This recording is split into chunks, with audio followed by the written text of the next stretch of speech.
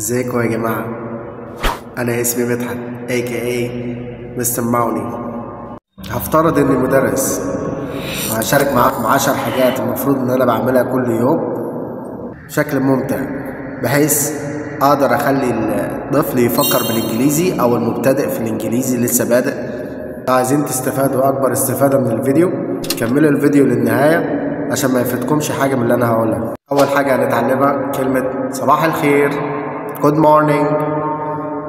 إذا كنت في المدرسة أو كنت في البيت، يعني الطفل اللي هو الظريف بيقول Good morning, Good morning dad, Good morning mom. دي الطريقة بتاعت الأمريكان، بس احنا هنقول حاجة تانية، هنقول السلام عليكم. Peace upon you.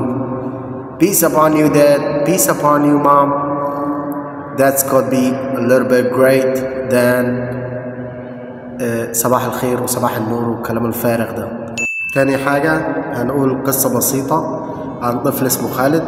أبوه تعب لمدة أسبوع وقال يجيب صحابه عشان يزوروه، عشان يحس بالدعم النفسي، عشان يخف بسرعة ويبقى مبسوط.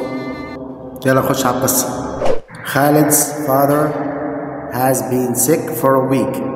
Khalid decided to invite some friends to visit his father and check on him.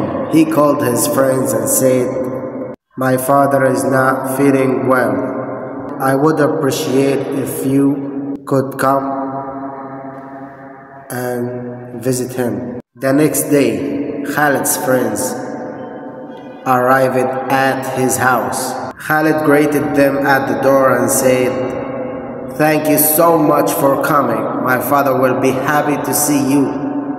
The friends went inside and saw Khalid's father laying on the bed. One of them said, "We hope you get better soon. We are here if you need anything." Another friend said, "Please rest and take care of yourself." Khalid's father smiled and said, "Thank you for your kindness. I feel better knowing that I have such good friends." After a short visit, Khalid's friends stood up to leave. Khalid said, "Thank you for visiting. It means a lot to us." The friends replied,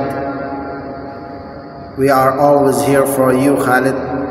As they left, Khalid waved goodbye and felt grateful to have supportive friends around him. ودول كانوا أول حاجتين اتعلمناهم النهاردة. بكرة نتعلم حاجات جديدة. أشوفكم على خير. باي.